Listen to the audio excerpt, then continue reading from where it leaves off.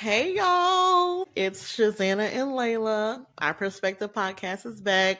We did take off, a couple weeks. We had a lot of things going on, getting a lot of things ready. So our time was just flying by. So we are back for another episode on Our Perspective podcast. And, we're so excited to be here and doing this. And as always, you can follow us on social media, on YouTube, where you can see where we actually are in video, and Facebook, and maybe hopefully like TikTok. Layla, you're like the TikTok queen. You should be getting like a TikTok or something like that. Yeah. So, I know you guys probably wondering like what's new. Last time we talked was maybe like a month ago. So, Layla, what's new with you? I started school, moved into my apartment. I have my new classes, new routine, a new schedule, just everything like that. Just getting used to everything. The apartment was a hassle. First moving, it was My not the God. easiest experience. Tell me about it. Now everything is starting to calm down, starting to get used to something. Yeah, that apartment experience was hell, to say the least. I thought it was gonna be easy, but it wasn't. Okay, so just to give y'all a little background. So when she moved in, of course, we had got the information like, a couple of weeks before, like a month, maybe like a month before. Yeah, about a month before. With like everything, the unit, where she was going, from all the communication that they were sending, it seemed like, okay, like they got their stuff together. They're sending like communication. It's good. Like everything's flowing. We get there to check in. Well, first of all, it's like a line backed out to the highway. And I'm like, why is there a line to get into like a complex? A line of cars. Yeah, a line of cars. Yeah. And so we were like, okay, this is weird. So they had like this tent set up, and like every car had to stop and say who they were, what they were there for. But like before we even got there, there's a whole bunch of traffic just to get there. So the normal time we would usually get there is like an hour and 30. This was like 2 hours, over 2 hours to get there. So we were already like tired, and we were pretty late because I think the time we were supposed to be there was 12, so we'd get there like 12:45, and so we expected like all the traffic to kind of have been died down by then, but it was still. Yeah, it was crazy. Because by the time we actually got to Athens, I was like, okay, I just want to kind of like take a breather because I've been in traffic. Because my GPS told me to go like all around the world to like avoid traffic on like 85 and stuff like that. And I had told her before we left, your thing isn't saying the correct. But I will say no, because I was only like 6 cars behind you in line, so I wasn't too far off. You know what I'm saying? Like in the line to go to the apartment. Because you feed. True, I do have a lead foot, but yeah. So when we got there, I was like, okay, I just want to like, I've been in this car all this time, and I'm like, I just want to take a break. But then we get to like this long load line of cars, and I'm like, what is going on? And so everybody had to stop at a tent, and it takes a minute because you gotta tell them who you are, you gotta check in or whatever, and all this stuff. So that took like what, 40 minutes. Yeah. And then we finally got to the apartment, and when we walked in, it was like a mess in there already. So mind you, okay, like 4 people live in an apartment, so it's like Layla, and then she has 3 people. Well, she decided 2 of her roommates, and then the other one she was supposed to have. I decided 3 of my roommates, so we had all 4 people, but the other one basically dropped out of the lease before, like a month before we were supposed to move in. So they had to place us with a random roommate. But what we didn't know was so there was an apartment with one person already living there, and the other 3 people had moved out. So they put Layla and her 2 roommates in with this one person that was already living in the apartment like for a year or whatnot. And the thing was, if someone's already living there, they said their rules or regulation is they don't go into the apartment and clean up or touch anything because they don't want to get in the way of people's personal belongings, which is BS. Because first of all, if I'm a new tenant moving in, you should have that unit ready regardless of if someone else is living there. That don't make sense. Make the other person move out or just tell them like, we're coming to clean. Move out the public spaces at least. yeah, like move your stuff or whatever. And so, okay, my thing is this: if you don't want to clean the common areas, which I disagree with, but aside from that, if you don't want to clean the common areas, at least get the apartment room ready, that the person who has paid their money to come stay here, that you said would be ready, cleaned, and all of this, we go into the room. It's a disaster. Like, the room itself wasn't like dirty or anything, but the bathroom was just not clean. It was just like, I don't know, like untidy. Like, you could tell like someone moved out and they didn't like go in there and get stuff out. Like, there was like stains everywhere and stuff. It was just like nasty. So we had to like bleach everything down and like clean it 10 million times. Then of course me, I go complain, and they sent some cleaners in there, but like, this was like the most ridiculous thing. The cleaners came with like some rags and some spray bottles, and I'm like, okay, what they gonna do with that? Yeah. Like, no mop, no nothing, no Swiffer, like nothing. So they basically just go and spray some stuff down and wipe down. Like, I mean, you could have kept that because we've already like pretty much cleaned up everything. We bleached everything. And we waited like 5 hours for these cleaners to come. Yes, they came at 7 o'clock, 7 p.m. Mind you, we got there like what, noonish time. So it's about noonish time, and we waited all the way till 7. They did a horrible job. And then when they were done, because like they were like, what needs to be done? I was like, everything. I was like, the kitchen, because the cabinets and everything was just dirty. The counters were dirty. Like, everything was just dirty. And so I said, the kitchen needs to be clean, like the counters, the cabinets, everything needs to be like cleaned and wiped down and sanitized. And I said, the floors need to be done. So they just pretty much wiped down everything. And so when they were leaving, or when they were finishing, saying they were finished, I was like, okay, well, the floors need to be cleaned, like mop. Oh yeah, we don't have anything for that. I'm like, you don't have like mop bucket, like Swiffer? Like, what cleaning service don't do that? Don't have that? It was I don't know what kind of cleaning service that was. It was horrible. And of course, I complained to the office, and they put some work orders in to have like certain things done that wasn't done. And it's been almost 2 weeks. Pretty much 2 weeks tomorrow or Saturday, and it still hasn't been done. So the only thing that hasn't been done is the bathroom. Yeah, like they had to come and recaulk the bathtub and the sink and all of that. So none of that stuff has been done. Yeah, which is crazy. And that floor, they didn't fix the floor. It's uneven. Remember, I fell. Oh, I fell down. So I feel. You know what? My legs starting to hurt now. I think I might need to. I might need to go to the hospital. So wow. But if they don't come fix that, I'm gonna have a mysterious lawsuit or something. Mm-hmm. But it was just ridiculous though. Like, that was like a really bad. Oh yeah, I'm here. That was like a really bad experience. Like, for it to be your first apartment, you're expecting in your mind, you're just imagining how great everything's gonna go, and it's gonna be like this and that. You're so excited. Yeah. And then you get and then that. It's crazy. And then thankfully, one of her friends is also in the apartment, her roommate. The door to her room was unlocked, because doors can lock and they have their own key and stuff. And luckily hers was unlocked, so I was able to tell the cleaners to go in there and clean her room too, But the other girl's room was locked, so they couldn't go in there and clean that one. So yeah, that was just a mess. Then the carpet, to me, I just felt like the carpet was dirty and nasty. So I asked them to clean the carpet. They did come clean the carpet. So, that it was just all out crazy. Yeah, it was. Yeah.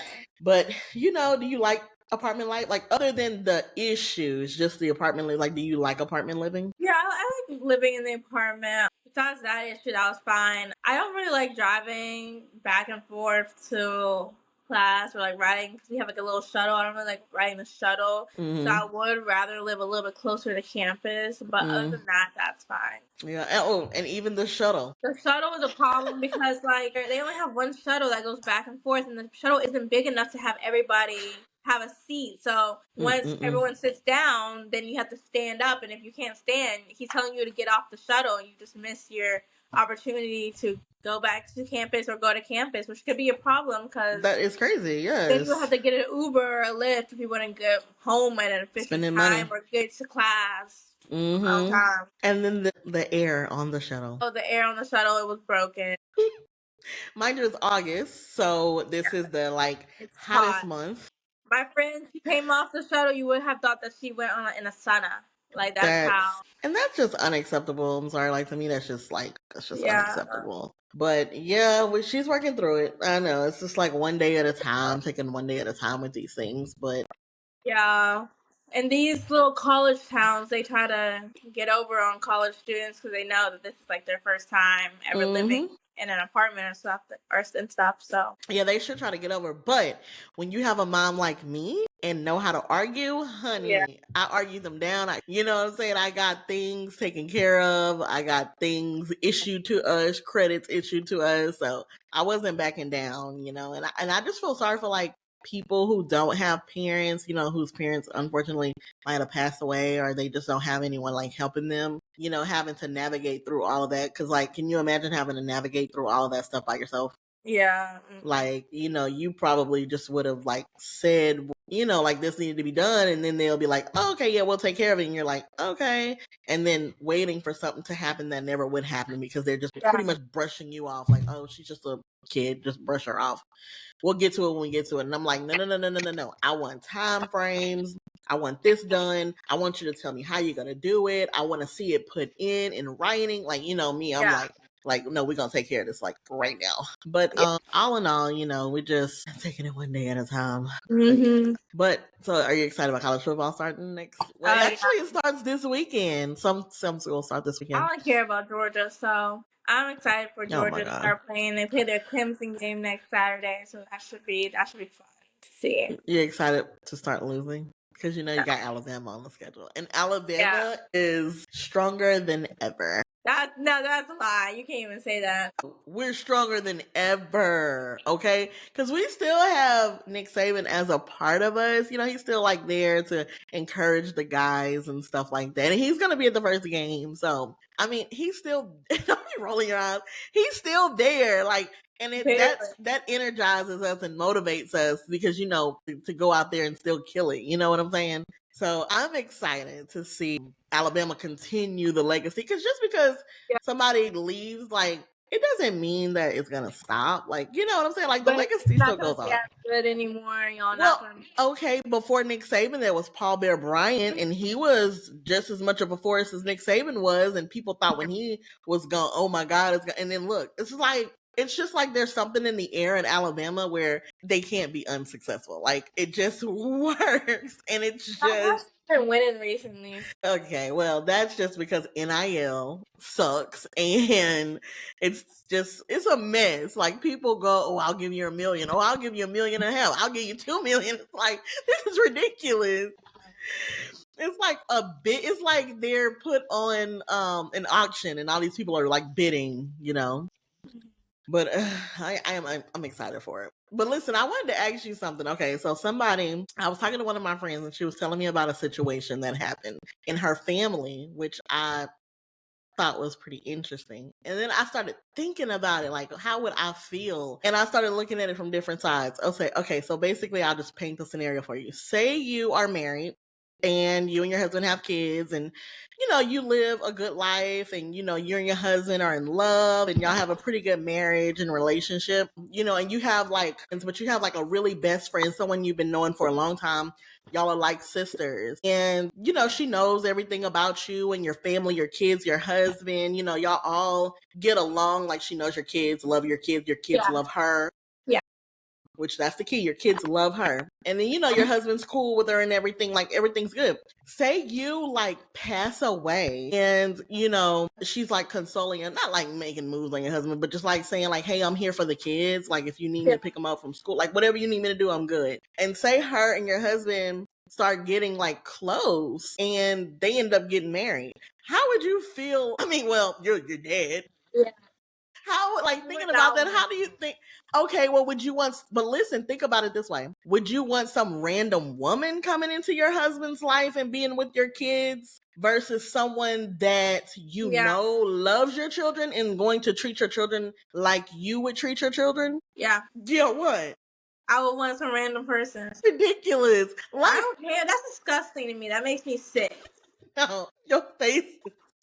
Your face is funny. It's like you already want to fight this imaginary person already. Yeah, that makes me sick. I don't want that. No, but like, okay, yes, it is like, wow, like, did she really like want my husband the whole time? But no, but like, I think I would be okay with that because if my children know her, love her, she loves my kids. And like, my biggest thing is always like, if I ever pass away while my kids are still young, like, well, you're older, but like, if, little bad butt is still young, and like I would want someone that's gonna treat him, because I know like you hear the stories about step parents and stuff. Like I would want somebody that's gonna treat my child like I would. Well, no one will ever treat my child like me, but close to me. You know what I'm saying? Like how I would treat my child. Yeah. I don't think I would have a problem with that. I don't care. I mean, first of all, I'm dead, so like, what can I do? But I don't think I would have a problem with that as long as they're gonna, if I'm dead, then whatever. But I wouldn't.